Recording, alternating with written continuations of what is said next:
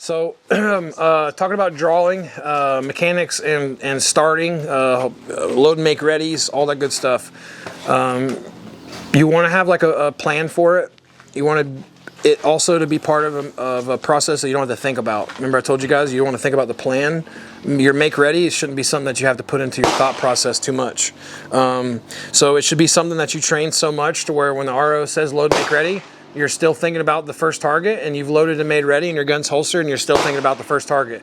You're not thinking about how to get the gun out, where's my mag, is the mag loaded? You know, you should have already done all those things, right? During the make ready is when I do these things, right when I get to before I'm loading the gun. So I walk up to the stage, he's telling me, you know, or I'm watching him check the range. I'm already doing this stuff. I'm already filling my mags. My mags have an indicator on the back that tells me I'm at 20 rounds or at least more. It holds 23. I can't see a 23 mark. So if I really want to be extra cautious about it, I'll pull out the 3, make sure it still says 20, and then I'll put the 3 back in, right? It's not too hard to do. It does take an extra 15 seconds, 10 seconds to do so, but you have that time to do it. You want to make sure your mags are loaded. You don't want to get there and run out, right? So I'm checking those, make sure I'm good, make sure my mags are there, because sometimes I've got up there and been like, fuck, I forgot to grab my mags. So I'm just making sure that shit's there, good to go, filling the mags, make sure they're weighted, right? Now he comes up and he's like, load and make ready, okay? What I'm going to do is I'm going to pull my gun out of the holster, rack it, and put it back in the holster. All right, I use a 2011, so by me racking the holster, it gets my action ready to go, because I can't pull the trigger and get an active trigger because the hammer's already down. But if I rack the gun, the hammer's now good, and I can put it in safety, and I can mimic my draw, right? So now, this is even before I'm even gonna start. He just told me make ready. I'm gonna practice my draw, that first target, which is that red one from here. I'm gonna practice it, get it out, check my dot. Make sure my dot's good. This time of day, it's a little bit too bright from in here, maybe because we're under the shade, so I turn it down, good to go. Now I'm gonna practice just going from the target to target, making sure my grip's good, everything's good. Then I'm good to go. Grab my mag, put my mag into the gun, rack the gun, flick it on safe, and I holster and I keep my hand on the gun and I get into my position, right? My position may change. My position might be shoulder width apart. It might be a classifier where I'm just chilling all together because I don't have to move or nothing. My make ready might be a start like this because I have to run to the barrel first before I shoot. So I'm gonna start like this, grab the gun, and then move out of position, right? Those are all dependent on the stage that you're gonna be shooting. But what doesn't change is that process. Every single time you're gonna see me do the same thing. I'm gonna walk up, I'm gonna roll my gun, put it in the holster, I'm gonna keep it on, then you're gonna see me do this. Anybody ever seen me do this before on a video or in person or anything? You're gonna see me do this, and what I'm doing is I'm not even looking. You can't see my eyes, but I'm not looking. My eyes are closed during that time. I'm checking to see that I know the plan, making sure I memorize it, right? Then I come up, I open my eyes, and I run the plan again, looking at it to confirm everything is where I just thought it was, okay? That way, when the stage starts, it becomes reactive for me. It's not a puzzle I have to solve during that time. It's all reactive. I know where it's at, I know where it's at, I know where it's at. This is my time to reload. I know where, right? Does that make sense? Sure. I don't want to be hunting during the stage, thinking, as I told you guys, all that stuff is extra time. That's what we're trying to cut it down to get faster and better. So every single time it's the exact same thing, okay? Now, the actual draw. The draw varies per person. A lot of us here have hangers. What a hanger is it means it hangs off your belt and puts the gun away from your body, okay? This is a hanger. That's a hanger. It puts it off his body. That's a hanger over there. He has a different style holster, but it still has a hanger on it, okay? Same thing with yours, honey. Yours is the same style as a hanger. It doesn't get as far as off the body as the others. And yours is a hanger as well, right? So there's other styles that are paddle style holsters where they go on the belt and the gun is literally like this close to the body. Yeah. I don't like those. I like the gun to be off my body because I got to get my hand in here. I have love handles, so if I had to start in a weird position like this, I might have a love handle in the way, and I don't want to fight my own body, right? So I'm constantly fixing gear on people. Most of the time, to be honest with you guys, it's older people who haven't adapted to the new stuff that's out there. They just have the same gear that they bought 20 years ago. So just like the class on Thursday, this guy, every time he draws, he has to do like this because he was a big guy.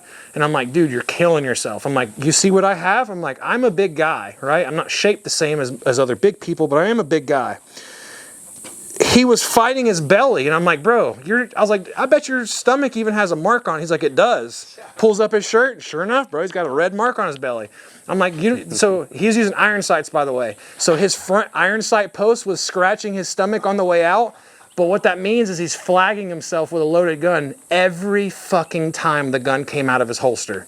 And I'm like, bro, you could have been DQ'd to every match you've ever even been to. And he's been shooting for like 20 years. Never changed anything. He's like, I didn't know. So I gave him a coupon code, and I'm like, go crazy. He ordered a bunch of stuff, like just went crazy. But he got a lot of nice gear. So I recommend hangers. If you guys see your friends are struggling doing that, that's what it is. It's just too close to their body, okay? Now, my draw process, have you guys probably seen, I don't do this, right? You see people do this where they're like, shooter, load, make ready. They put their gun in, load it, holster it, and they go like this. Anybody ever seen anybody do that? All right, this is an IPSC start, right? We don't have to do that in this sport. This is IPSC, which is hands relaxed by side. You can't have it in front of your hip bone. They have to be behind your hip bone relaxed. We don't shoot IPSC here in the US. If we do, it's very, very, very rarely.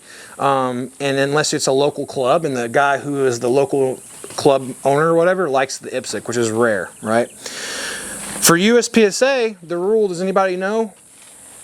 Wrist below belt. Wrist below belt. Yep, wrist below belt. Unless it's designated on the paper, which you might see table starts, you might see unloaded starts, barrel starts, all this other stuff. We don't have those today. All we have today is her with low ready and us with our loaded and loaded into our belt, right? So process-wise, right? To get the gun out of the holster and to get this hand onto the gun, you have to bring this hand across the body and then bring the gun up and then press out, right? So if you start with your hands by your sides here and you do this, you have to come up, pull the gun out, and then this hand has to come up and meet it, and then you press out to pull the trigger and shoot, right? Mm-hmm. So this hand has to travel across your body. Have this hand across the body. Have it already over here, right? There's no reason to start with this hand over here. You want it over here, okay? The reason why is because if I pull the gun out and I get onto it down here as fast as possible, let's say I have a grip inconsistency. Let's say my grip's not good down here. I can fix the grip all the way during all this time and still get here and be ready to shoot. Versus if I draw the gun out, bring the gun up to my chest, meet it here, I only have from here to here to fix my grip. So what happens is you're going to press it out, and I've seen it happen to every person here today. The guns came out and you've had to do something, yeah, right? Everybody's felt that, right? Sure. That extra something adds what to your score? Time. All right, so it's not what we're looking for, okay? So by you simply taking your left hand and bringing it across your body to where a belt buckle would be at in the front, you're gaining yourself extra time to fix the bad grip.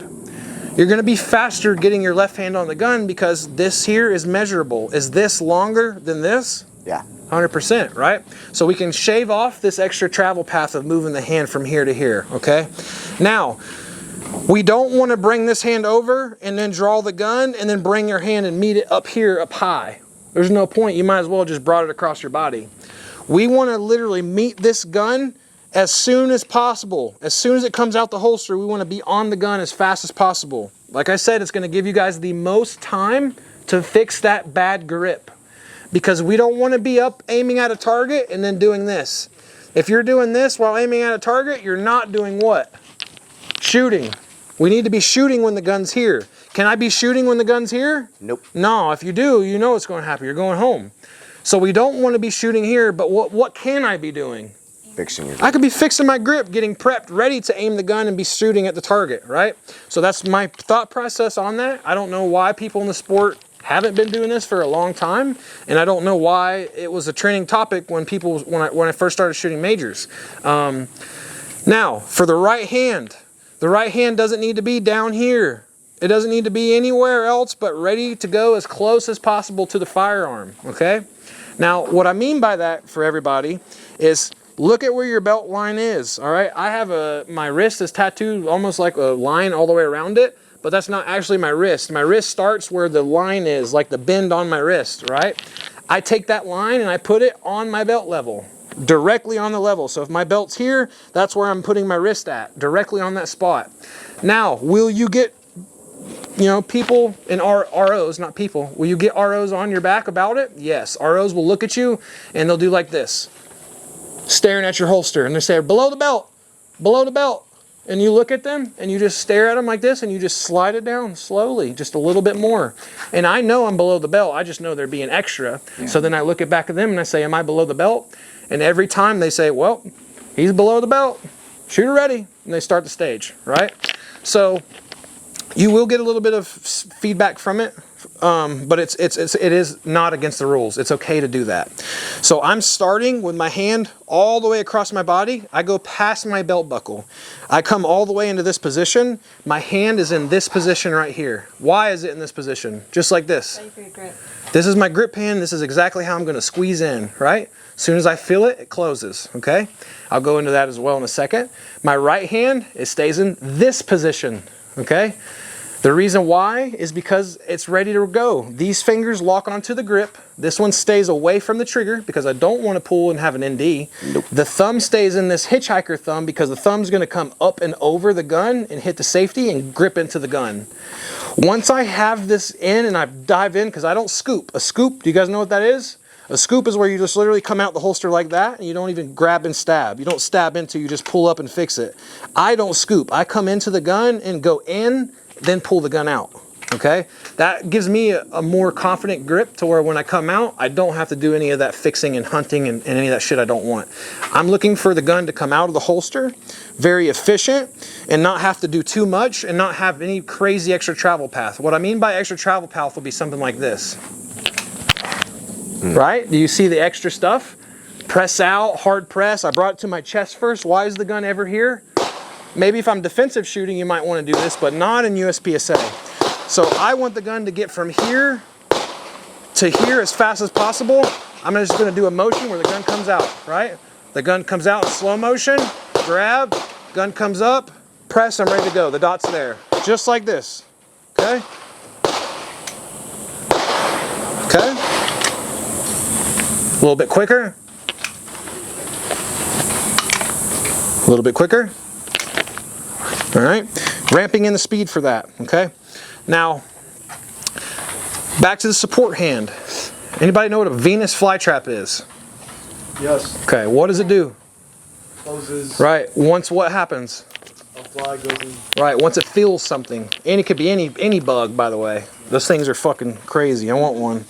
So, I call this my Venus flytrap hand, all right? You'll make sense in 10 seconds. I'll show you guys this too. Look at this spot on my finger. You see it's like a old scratch scar-ish thing? You see that? Yeah. See it? Mm-hmm. That's my aim point right here. So that spot right there is my index. It hits this trigger guard, and I hit it so hard that it's actually split my fucking fingers open. Like, and it will do it repeatedly. Like, it'll heal, splits open. Because I'm smacking up to this gun so fast, like that, and I need to hit this spot. If I feel this, I know I'm not there. If I feel this down in here on my knuckles, I know I'm not there. If I feel that, I clamp the gun, right? This is my Venus flytrap, literally. If I feel that, there's the fly, he just entered my place, clamp onto the gun. That's my cue. Now, if I come up and I miss, slide down, then I'm clamping the gun. It's a quick fix for me because I know what I want and I know the feeling of where to hit. I'm not going off of staring at my hand, I go off of feel. If I'm in the nighttime, bro, and I had to grab this gun, I promise you I could grab the gun and get right onto it and feel all these indexes on the gun. My thumb on my safety, which if you stay with 2011s, you'll feel it more. I see you're drawing and it's up and you're like, yeah, it's just new, completely. You should have seen me for a while. I was like, get this gun, give me a Glock again. This is horrible. The index for my left thumb is my gas pedal. Like I said, I'm not driving into this. You hear it clicking? I don't do that. You'll never hear it click while I shoot. I just place my thumb on it. It lets me know I'm good to go.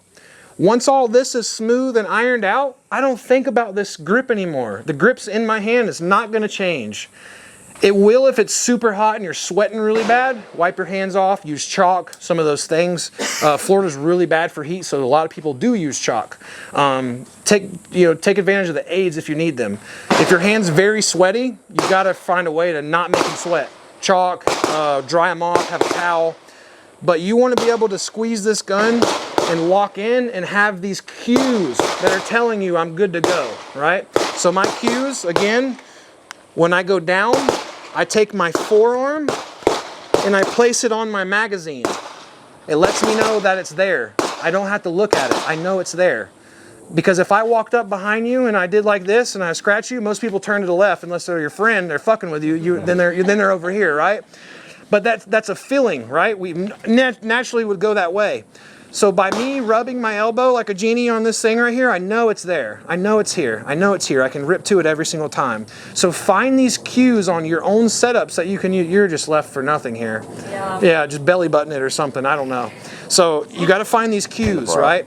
So my cue on my left side, elbow, forearm, magazine, base plate. Okay, now I'm here. I'm good to go. Sometimes I'll even come in and put my hand, check my belt, and I'll leave it right here ready to go. In this same position. Remember, it's the same position every time. My right hand comes in, I'm grabbing the gun and securing and making sure it's good and locked in place. I reverse draw the gun. What I mean by that is instead of me coming up and grabbing it, I just go down. Just reverse it. See that? I'm just doing the backwards process. Instead of me going up, I'm just going back down. That's my draw in reverse, and that's what I'll do when I draw the gun. I use this as a wall to ride up to the grip. Most holsters have something like this that you can use to bring right up into the holster, or right from the holster to the grip. So I'm actually riding this up. As soon as I get to the grip, I'm snatching out. As soon as I have my thumb over the gun, wrapping around, gun pulls up, left hand comes in, smacks trigger guard, Venus flytrap, reacts and closes. Okay, so does anybody have any questions on any of that? Yeah. So the moment your thumb comes over, are you hitting the safety as you're drawing? Yep. So one motion. As soon as that thumb comes over, I know I'm good to go. Yeah. I'm not good here because I'm not in control of it. I have scooped and I have had good success with scoop. I don't like the consistency of it. It's inconsistent. So me scooping, I have the chance of the gun not being in my full control and something happen, or me even coming here, hitting the hammer, fixing the hand. It's just not as consistent as me just coming in, stabbing, coming out, Venus flytrap, clamp onto the gun. And that's called the snatch draw, right? You have basically a regular where you snatch into the gun and you have a scoop. This is kind of a hybrid. My speed, it looks like a hybrid because it comes out really quick. Right. But what's going on is I'm coming up and the thumb's going over, and as the thumb goes over, it's exiting at the same time. But it's not coming out before the thumb's over. That's called a scoop if it does that. Yeah, and I don't like that. There's people out there that draw way better than me. I consistently will be under 1.3 no matter what. Any distance, anything, 1.3. That's majors I've won too. So like 1.3 was fine to win major matches. I have 0.8s, 0.7s on targets, but consistently under 1.3, you'll be fine, right? Yeah, so I would look for that. Set your par times on your draws to 1.5 if you're at 2 seconds. If you're already at 1.5, go down to 1.3, 1.2. And then if you're already at 1.3, 1.2, go down to like 0.8 and just try to keep getting that every time, you know. If you're shooting for 0.8s and you're dancing around it, do you think you'll be able to hit a 1.3 when you need to? Probably. Yeah. Right. Sure. Okay. So